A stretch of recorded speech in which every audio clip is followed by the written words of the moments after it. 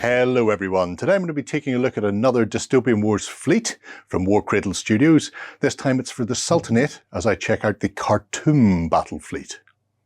It contains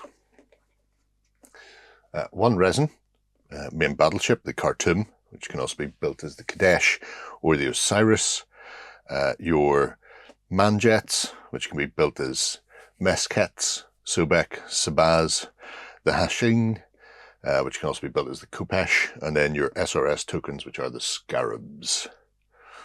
These are all skimmers, I believe. We get a little flyer for Armoured Clash and the Dystopian Wars, telling you what they are and where you can find them. Your stackable bases for your SRS tokens.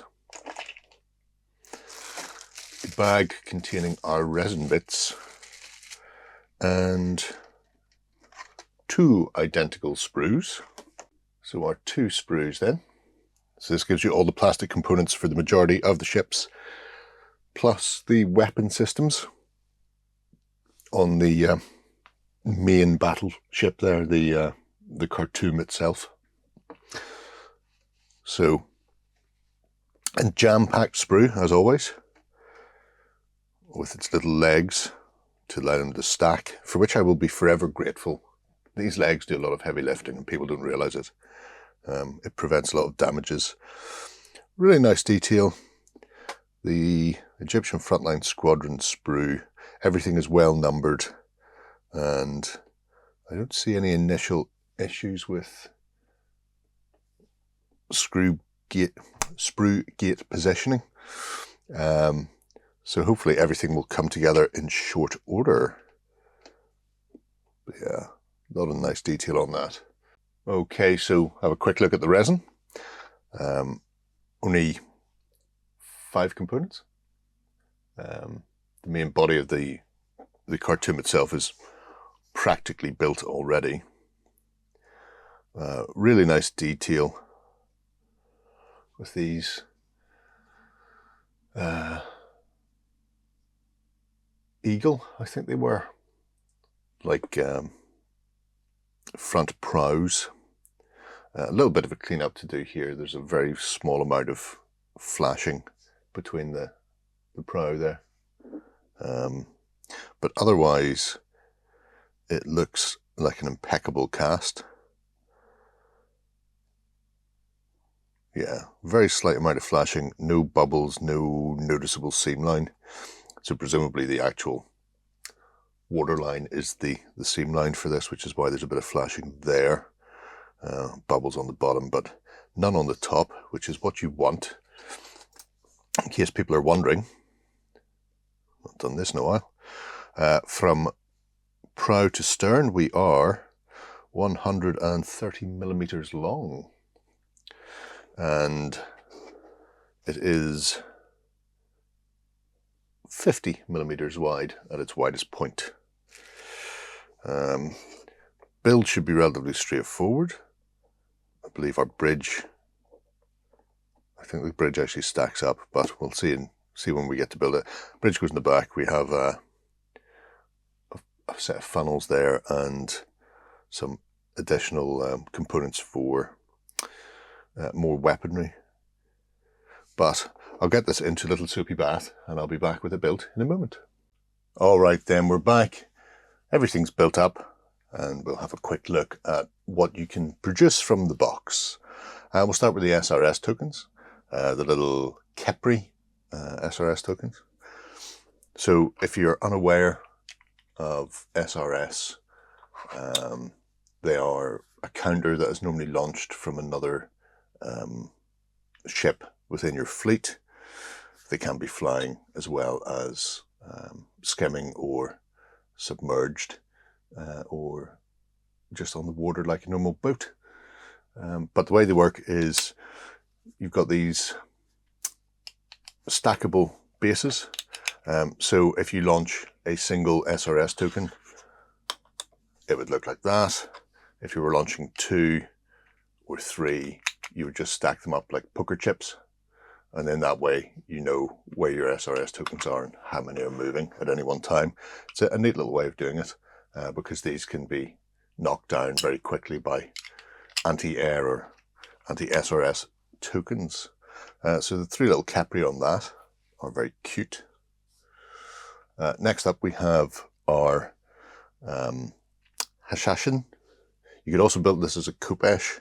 The Kopesh has a fully sealed front. This has front prows on it, so I thought I'll build this because it's a little bit of a trickier build than the other. But it went together very easily.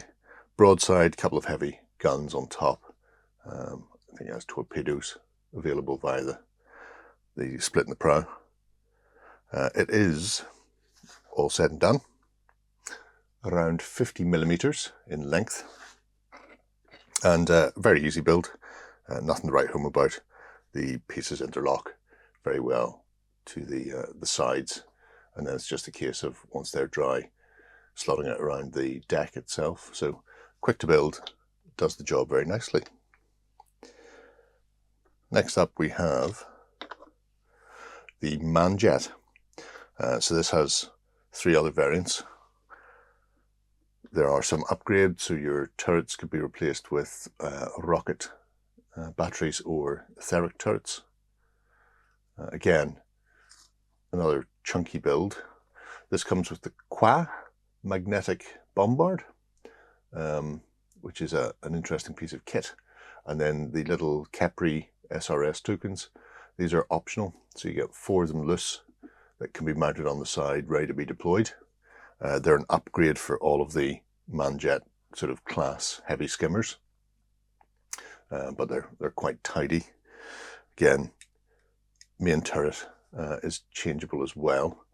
Now you only get 4 of these turret mounts in the actual kit, and you will use all 4, 2 on the heavy skimmer and then 2 on your battleship. That's too big for that, so let's break out the ruler. It is 90 millimeters long from prow to stern, and approximately 45 millimeters wide. Getting some really nice detailing on it, especially considering the Egyptian theme. So having those summer-rayed eagles on the front, I can just see them now in turquoise and gold coming at your opponent. So it's a beefy bit of kit for a skimmer, but not as beefy as this. So this is the Khartoum. Build was ridiculously easy. If I pop off the turrets and the bombard at the front, so you had a 3-piece bridge, or rather 4-piece if you include this. So 1, 2, 3 at the back, all mounted onto this, and then the 2 side mounts for your batteries. Again, it can come with rockets or others. This one's probably a little harder. You're gonna have to do more work if you want to magnetize these batteries on them, depending on what variant you're going to build, the Khartoum, Kadesh or Osiris. However, I felt the urge to go with all the rocket batteries all the time, because I'm a big fan of rockets and range, and it leans into this magnificent piece, which the Mandjet also has, which you can just drop in. Don't need to glue it if you want to try and use this as one of the other types. So the Qua magnetic bombard, it has a couple of things going on for it. The first of which, when you are firing it, your target does not gain obscured because it lobs over the top and then latches on. Secondly, if you do any damage with the magnetic bombard, you automatically put a navigation lock critical damage onto your target. So it will just stick and do unholy amounts of damage to people, which is great. And it is very, very long range. It has no ability to shoot up close. So you're only ever firing it at sort of long or extreme ranges, no closing. But overall, interesting set. Even the little SRS tokens, the Kepri, are a little bit better than your average and have the ability to skim along with the rest of the group. And skimming means that they can actually ignore terrain and other ships. So these can be ready to essentially pop up over an island, land, and then devastate your opponent, which makes them really quite valuable in a game where everything else is relegated to the waterline. Well, not everything else, but the majority of your opponent's fleet will be relegated to that waterline. So more susceptible to having to go round islands and not straight over the top of them. But there you go. That is the Khartoum Battlefleet. All right, folks, there we have it, the Khartoum Battlefleet, led by that massive honking chunk of resin. All skimmers, all the time, so a lot of fun to be had with that. Play a little bit differently than some of the other Sultanate ships, but I do like how the frontline squadron complements the design of the larger battleship in there as well. So very stylized, should paint up a dream, especially leading into the sort of turquoise and gold. Give it that real Egyptian feeling, I think, make it very distinctive on the battlefield, or in this case, on the high seas. Let me know what you think below. Until next time, bye-bye. Go ahead and check out our other content on screen now. And while you're at it, why not hit subscribe and remember to ding our dong. Go on, you know you want to click it. Go on.